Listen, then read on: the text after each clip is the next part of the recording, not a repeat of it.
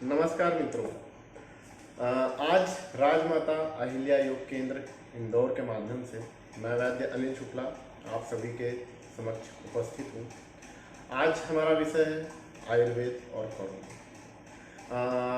Corona पे यदि चर्चा करें और यदि आयुर्वेद पर चर्चा करें, खासतौर पर आयुर्वेद पे, तो बहुत से ऐसे विषय हैं जो कि जिन पे हम चर्चा कर सकते हैं, जो आज हमें इस महामारी या पेंडेमिक में लाभ पहुंचा सकती हैं। ऐसे कई सिद्धांत आयुर्वेद में बताए गए हैं जो कि हमें इस महामारी से न केवल बचने अपितु उसकी रोकथाम में भी हमारी मदद कर सकते हैं।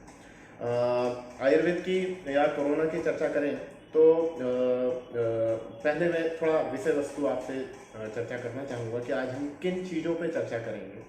तो अगर हम आज की विषय वस्तु देखें तो मुख्यतः हम बात करेंगे कि क्या आयुर्वेद में महामारी पेंडेमिक का वर्णन किया गया है, और यदि किया गया है तो उसका क्या कारण बताया गया है और उसके उपाय, उससे बचने के क्या उपाय बताए गए हैं। तो सबसे पहला प्रश्न जो सबके मन में आता है ये कि क्या आयुर्वेद में महामारियों का वर्णन किया गया है। तो देखिए, आयुर्वेद जो है विश्व की सबसे प्राचीन चिकित्सा पद्धति है। सबसे प्राचीन चिकित्सा पद्धति है, साथ ही ये अपने आप में एक संपूर्ण चिकित्सा पद्धति है। इसमें लगभग हमारे शारीरिक, मानसिक, आध्यात्मिक हर तरह की व्याधियों से रिलेटेड हर तरह का वर्णन किया गया है। तो चूंकि आयुर्वेद सबसे प्राचीन चिकित्सा पद्धति है, इसमें महामारी यानी कि पेंडेमिक का भी वर्णन किया गया है, अवश्य बिल्कुल किया गया है। आयुर्वेद का सबसे प्राचीन ग्रंथ, सबसे मान्य ग्रंथ, मुख्य ग्रंथ जिसे हम कह सकते हैं, उसका नाम है चरक संहिता। उसके रचयिता हैं भगवान पुनर्वसु आत्रेय। उन्होंने अपने ग्रंथ के तृतीय अध्याय में, विमान स्थान के तृतीय अध्याय में महामारी या आयुर्वेद में जिसको हम जनपदोध्वंस कहते हैं, उसका सविस्तार वर्णन दिया गया है, किया है। उसके कारणों के बारे में बताया गया है, उसके बचने के उपायों के बारे में बताया गया है। तो जनपदोध्वंस या आज के समय में पेंडेमिक हम कहें तो ये जनपदोध्वंस क्या होता है। तो आयुर्वेद के अनुसार जनपदोध्वंस का अर्थ होता है जनपद का उध्वंस हो जाना। जनपद क्या है? जनपद यानी कि ऐसा स्थान, एक स्थान ऐसा जहाँ बहुत सारे लोग एक साथ रहते हो, यानी कि शहर, गांव, कस्बे, जहाँ बहुत सारे लोग एक साथ रहते हैं। और उध्वंस यानी कि उसका नाश हो जाना। तो बहुत सारे लोगों का, जनपद का एक साथ नाश हो जाना जनपदोध्वंस कहलाता है। कारणों की चर्चा करें तो जनपद का उध्वंस क्यों हो जाता है, अचानक से एक सभ्यता का नाश क्यों हो जाता है। तो आयुर्वेद में उसका मूल कारण बताया है वायु, जल, देश और काल में विकृति आना। मोटा मोटा हम समझें तो आयुर्वेद का कहना है कि सभी मनुष्यों की प्रकृति भिन्न भिन्न होती है, सभी मनुष्यों की विकृतियां भी भिन्न भिन्न होती हैं, यानी कि सबके भाव अलग होते हैं, शारीरिक, मानसिक, सब भाव सब में अलग अलग होते हैं। परंतु फिर भी सबके भाव अलग अलग होने पर भी, यानी कि सबकी प्रकृति अलग होने पर भी, सभी मनुष्य अलग होने पर भी कुछ भाव ऐसे भी होते हैं जो सभी में एक जैसे होते हैं या सब में सामान्य होते हैं। और वो भाव है देश, जो जिस जगह रह रहा है वो देश सबके लिए सामान्य है, सबके लिए एक जैसा है। वायु, सभी, अगर कोई किसी देश में रह रहा है तो वहाँ की वायु सभी व्यक्तियों के लिए एक जैसी है। काल, मौसम सबके लिए एक जैसा रहेगा, और जल, पानी भी सबके लिए एक जैसा रहेगा। तो आयुर्वेद का कहना है कि जब इन्हीं चारों में विकृति जाती है, यानी कि वायु, जल, देश और काल, तो महामारियां प्रकट होती हैं और मानव सभ्यता को दुख का सामना करना होता है। अब ये वायु, देश, काल और जल विकृत क्यों हो जाते हैं, क्यों हमें महामारियां होती हैं, तो इस पे बहुत ही ज़्यादा विस्तार से वर्णन आयुर्वेद में किया गया है। पर उन सबका मूल क्या होता है, मैं उस पर बात करता हूँ, क्योंकि थोड़ा समय अल्प है मेरे पास। तो कारणों की चर्चा करें तो आयुर्वेद में इन सभी का मूल कारण बताया है अधर्म।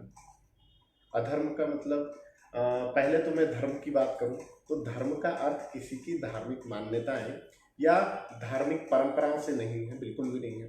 धर्म का अर्थ होता है आयुर्वेद के अनुसार या मेरे अनुसार देखा जाए तो धर्म का अर्थ होता है अपने गुण और कर्मों को करना। तो यदि आप अपने गुण और कर्मों को सही तरीके से स्वाभाविक रूप से कर रहे हैं तो वह धर्म है। और उसको अस्वाभाविक रूप से कर रहे हैं तो वो अधर्म हो गया। उदाहरण के लिए समझिए कि जैसे बादल का धर्म है बरसात करना, वर्षा ऋतु चल रही है, वर्षा ऋतु में यदि बादल वर्षा ना करें या अत्यधिक कर दें तो वो अधर्म है, और सामान्य करे तो धर्म है। और अत्यधिक या कम करने पर मानव जाति प्रकृति को कई तरह के दुख भोगने पड़ सकते हैं।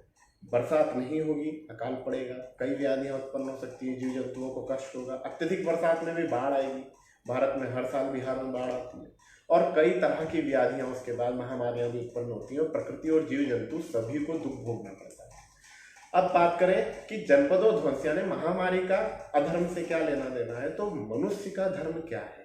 मनुष्य का धर्म है, स्वाभाविक धर्म है, सृष्टि का पालन करना, सृष्टि का की रक्षा करना, प्रकृति का पालन करना, जीव जंतुओं की रक्षा करना, उनका भी पालन करना। क्यों?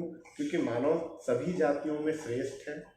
मानव इकलौता ऐसा आप समझिए कि जीव है जिसके अंदर अंतस चेतना भी है, बहिश्चेतना भी है, जो मैं महसूस करता हूँ बहुत अच्छे से दूसरे व्यक्ति से, दूसरे जीव से कन्वे कर सकता हूँ, समझा सकता हूँ। और ये चीज़ केवल मानव को दी गई है, अन्य जीवों के साथ ऐसा नहीं है, पेड़ पौधों पत्तियों के साथ ऐसा नहीं है। तो मानव का कर्तव्य बनता है कि वो उन सब का भी पालन करे।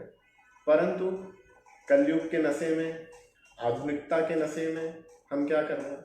हम ना तो प्रकृति का पालन कर रहे हैं, ना हम जीव जंतुओं का पालन कर रहे हैं, ना उनकी रक्षा कर रहे हैं, बल्कि जीवा की अनुलुप्तता में या अपने फायदे के लिए प्रकृति और जीव जंतुओं को तरह तरह के कष्ट हम दे रहे हैं।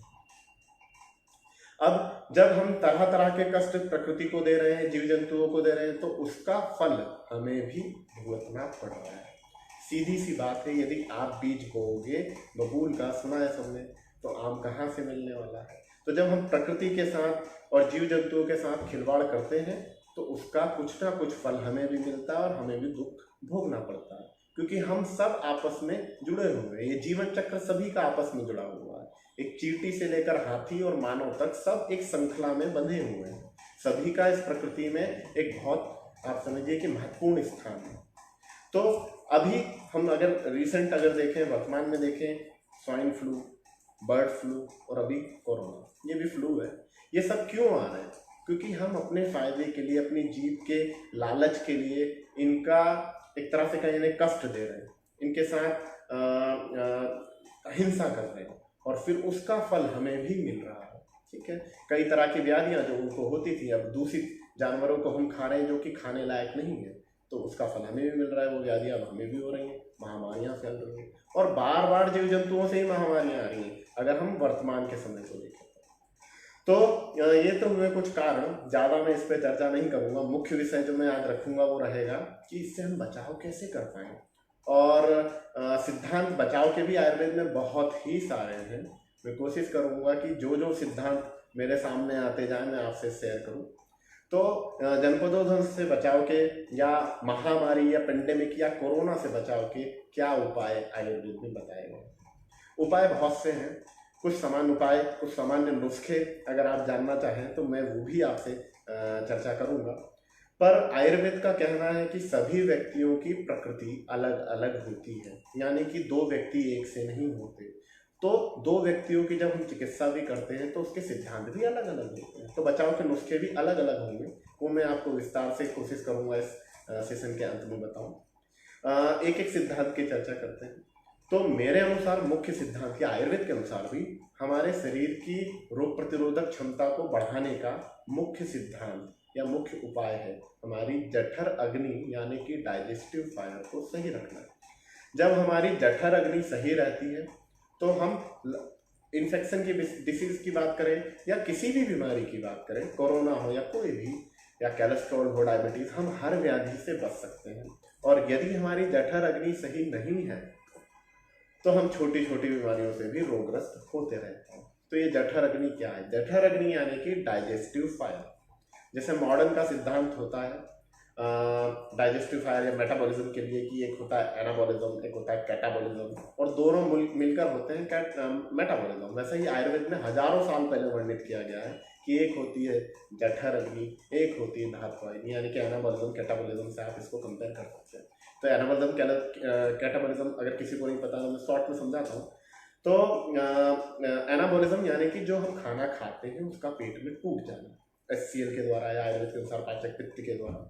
और कैटाबॉलिज्म यानी कि उस मॉलिक्यूल्स का फिर एनर्जी में परिणत होना, ATP वगैरह हमने सबने स्कूल में पढ़ा है, वो बनना और सेल्स को एनर्जी मिल जाना। और यही सिद्धांत आर्यन ने बताया कि हमारे शरीर में होती है जठर अग्नि। इसका कार्य होता है खाने को तोड़ना।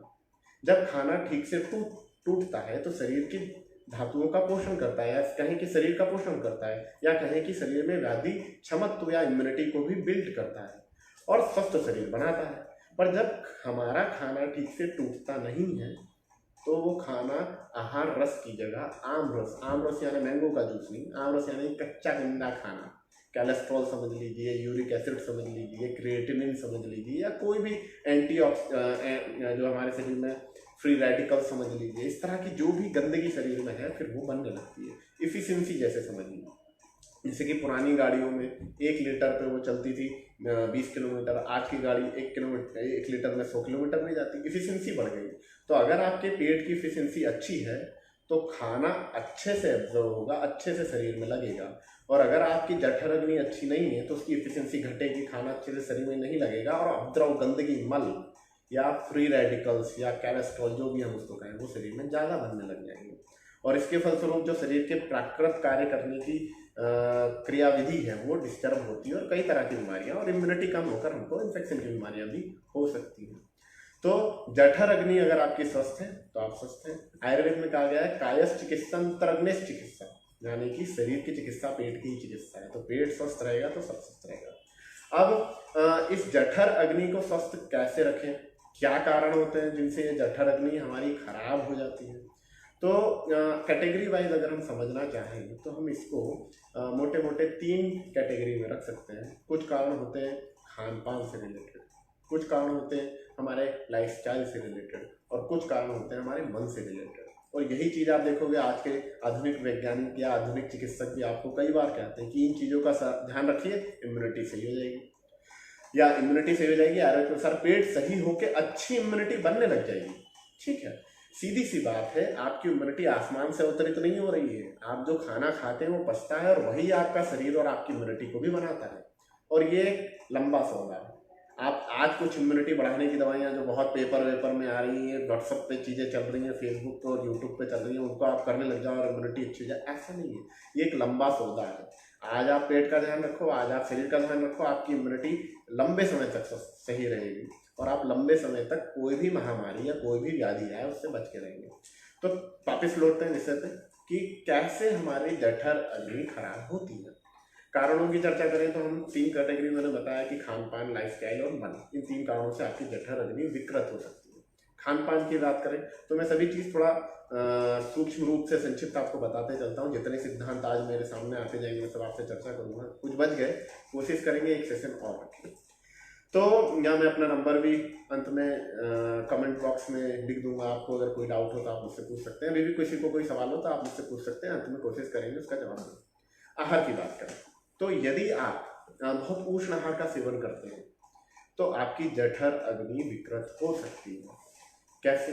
जैसे कि बीड़ी, सिगरेट, अल्कोहल, तम्बाकू, खैनी, गुटखा वगैरह। मॉडर्न के डॉक्टर भी कहते हैं इनको खाने से हमारा शरीर में कैंसर पैदा होने लगता है, सेल्स ठीक से नहीं बनती। ठीक है, या घर के नशे, चाय, कॉफ़ी, इनका अत्यधिक सेवन करते हैं तो हमारी जठर अग्नि खराब होती है, डाइजेस्टिव फायर खराब होती है। इसके अतिरिक्त बहुत ज़्यादा बादी वाली चीज़ें खाते हैं, जैसे मक्का, मैदा, बेसन, बेगन, अरबी, दही वगैरह का अत्यधिक सेवन अगर हम करते हैं तो भी हमारी जठर अग्नि विकृत हो सकती है। फलस्वरूप हमारे शरीर में इम्यूनिटी कम बनेगी और हमको कई तरह के रोग हो सकते हैं।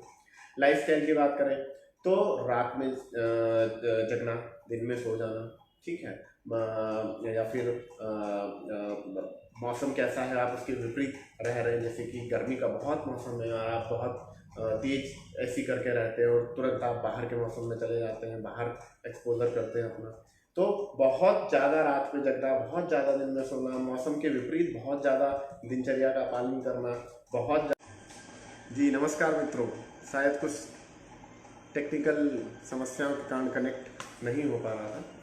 तो हम जठर अग्नि के ऊपर चर्चा कर रहे थे तो दिनचर्या की बात करें तो रात में जगना, दिन में सोना, जल्दी जल्दी चीज़ों को आपके सामने बताता हूँ मैं।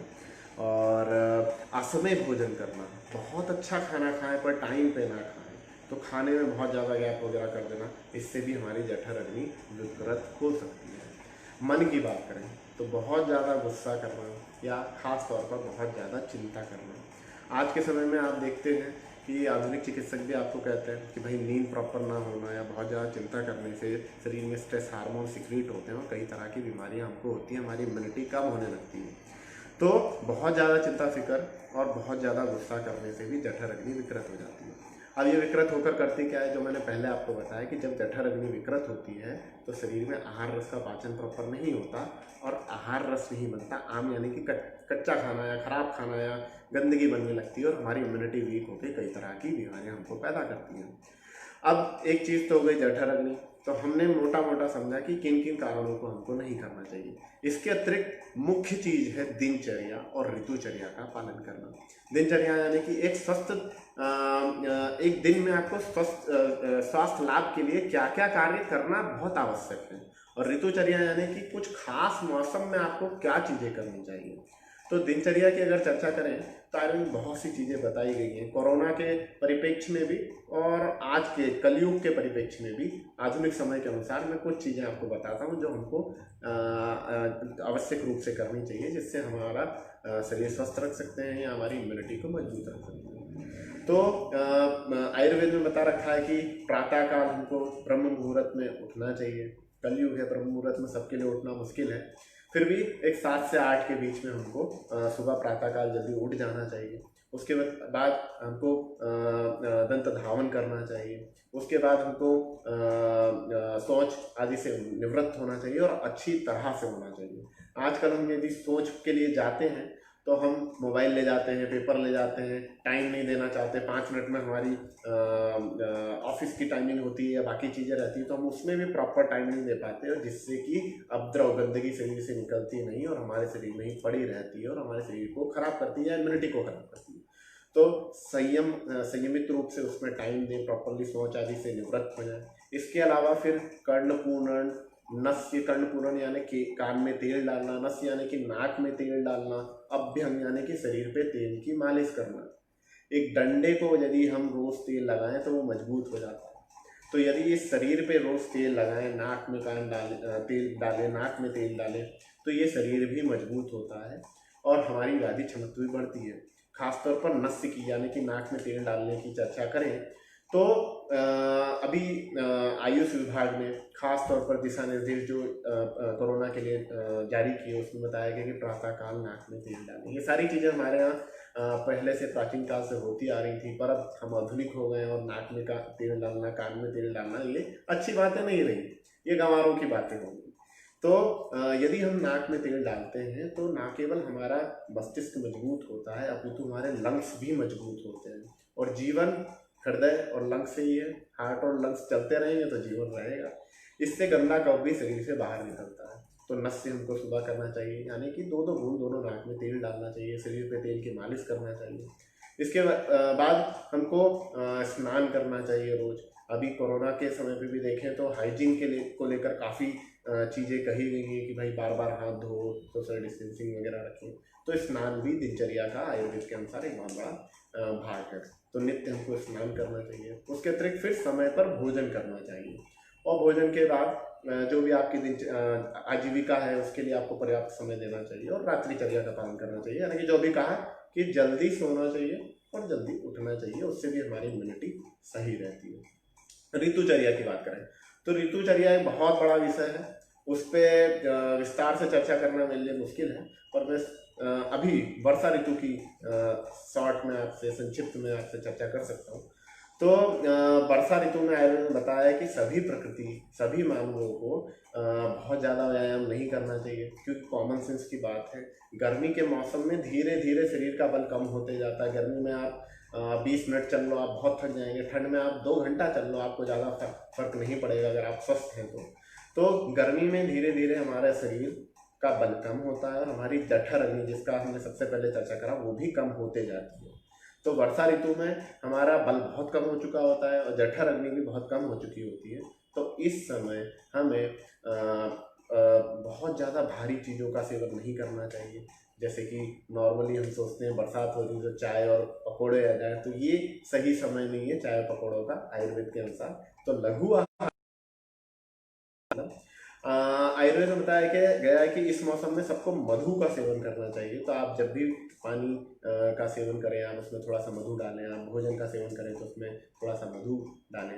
व्यायाम भी बहुत नहीं करना चाहिए क्योंकि हमारा बल काफ़ी कम हो चुका होता है। और धीरे धीरे बरसात के बाद ठंड के मौसम में हमारी जठर अग्नि प्रबल होती है और हमारी शारीरिक बल भी वापस लौटने लगता है। तो बरसात में खास तौर पर हमको लघु आहार का सेवन करना है, हमको बहुत ज़्यादा व्यायाम नहीं करना है और हमको आहार में मधु को खास तौर पर ऐड करना है। बशर्ते आपको कोई दूसरी समस्या नहीं, जैसे डायबिटीज़ हो गया तो आप उसको स्किप कर सकते हैं, बाकी चीज़ें तो करनी है। और पानी को गर्म करके ठंडा करके पिएँ, जो कि आज के समय में देखें तो बहुत ज़्यादा आवश्यक हो जाता है बरसात में, क्योंकि कई पेट की बीमारियां गंदे पानी से भी होती हैं।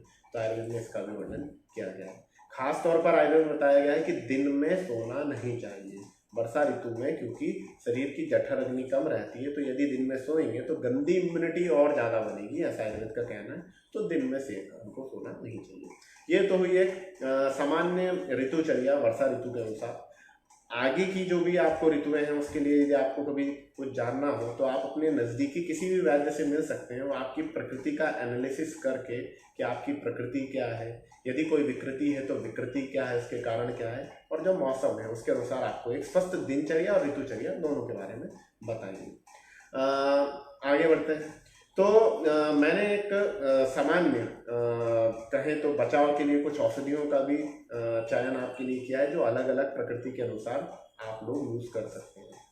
इनको आयुर्वेद में रसायन औषधियाँ कहते हैं। रसायन का अर्थ क्या होता है? रसायन का अर्थ होता है ऐसी दवाएं जो शरीर में जाकर शरीर की धातुओं को अच्छे से बनाएं, उनको बनाने की प्रक्रिया को सही करें, जिससे शरीर में उत्कृष्ट धातुएं बने। उत्कृष्ट धातुएं बनेंगी तो स्वाभाविक सी बात है शरीर मजबूत रहेगा, शरीर में रीजनरेटिव चेंजेस आएंगे, हमारी इम्यूनिटी अच्छी होगी, अंगों की कार्य क्षमता दृढ़ होगी, मन भी प्रसन्न रहेगा और हम कम बीमार रह पड़ेंगे, हम स्वस्थ रहेंगे। तो रसायन दवाइयाँ का सेवन या आज के समय में कहें तो रीजनरेटिंग मेडिसिन का सेवन आज के समय में बहुत सारे लोग कर भी रहे हैं। सरकारें भी लोगों को मुफ्त में रसायन औषधियाँ दे रही हैं। पर मैंने आप लोगों के लिए कुछ प्रकृति के अनुसार, यानी कि सबके लिए सभी रसायन दवाइयाँ अच्छी नहीं होती। जैसे कि अभी हम लोग त्रिकटु का काढ़ा बहुत पी रहे हैं, तो त्रिकटु अच्छी चीज़ है। मुख्यतः जो मैंने कहा कि जठर अग्नि का ध्यान रखना चाहिए हमें, तो उसी पे काम करती है वो। दीपन और पाचन का काम करती है। दीपन यानी जठर अग्नि को प्रदीप्त करती है और पाचन यानी कि गंदगी को शरीर में जो बनती है उसको खत्म करती है। पर अगर कोई गर्म प्रकृति का व्यक्ति है, प्रकृति छोड़े सामान्य बात करें, कोई एसिडिटी का पेशेंट है या रोगी है या IBS का रोगी है और वो उसका सेवन करता है, तो उसको लाभ की अपेक्षा हानि होने की संभावना ज़्यादा है। तो आयुर्वेद में सभी चीज़ पर्सनलाइज होती है, कुछ भी जनरलाइज नहीं होता कि बस सभी त्रिकटु खा लो, सभी आंवला खा लो, सभी गिलों का सेवन करो। तो प्रकृति के अनुसार मैं कुछ चीज़ें आपको बताता हूँ। प्रकृति भी ज़्यादातर जो आयुर्वेद को जानते हैं उन लोगों को पता होगी, नहीं पता होगी तो भी मैं सामान्यता आपको समझाता हूँ। तो मोटा मोटा समझिए, एक होती है ठंडी प्रकृति, एक गर्म होती है। ठंडी को और डिवाइड कर सकते हैं तो आयुर्वेद के अनुसार प्रकृति 3 प्रकार की होती है: वातज, पित्तज, कफज। वात यानी कि वातज प्रकृति आप अपनी कैसे समझ सकते हैं? वात प्रकृति के व्यक्ति जो होते हैं वो थोड़े से दुबले पतले से रहेंगे, लंबे से रहेंगे, स्किन थोड़ी सी ड्राई सी रहेगी, उनकी आवाज़ थोड़ी सी जर्जर सी रहेगी, जल्दी जल्दी बोलेंगे, जल्दी जल्दी काम करेंगे, बल थोड़ा सा कम रहेगा। पित्त प्रकृति की बात करें तो ये एक सामान्य शरीर के व्यक्ति रहेंगे, ना बहुत मोटा ना बहुत पतला, गौर वर्ण रहता है इनका, और थोड़ी बल मध्यम सा रहेगा, स्निग्ध रहेगी और गर्मी इनको ज़्यादा सहन नहीं हो पाएगी। और कफ प्रकृति की बात करें तो कफ प्रकृति के व्यक्ति जो होते हैं वो थोड़े से भरे पूरे से रहेंगे, मोटे ताजे से रहेंगे, गंभीर रहेंगे, बाल वगैरह उनके बहुत अच्छे रहेंगे, घने रहेंगे, बल बहुत रहेगा। तो उस अनुसार आप अपनी प्रकृति इस अनुसार आप देख सकते हैं और उसके अनुसार आप कुछ आहार और कुछ औषधियाँ मैं आपको बताता हूँ, उनका आप सेवन करेंगे तो आप अपनी इम्यूनिटी को या अपने शरीर के स्वास्थ्य को बचा कर रख सकते हैं। पहले हम आहार की बात करें तो वात प्रकृति के लिए आहार का अगर समय देखें तो जब भूख लगे तब ही भोजन करना चाहिए। पित्त और कफ को भी आयुर्वेद का यही सिद्धांत है, जब भोजन लगे, तब भूख लगे तभी भोजन करें। दूसरा बहुत महत्वपूर्ण सिद्धांत है कि जब आप खाना खाएं तो भूख से 1/3 खाएं।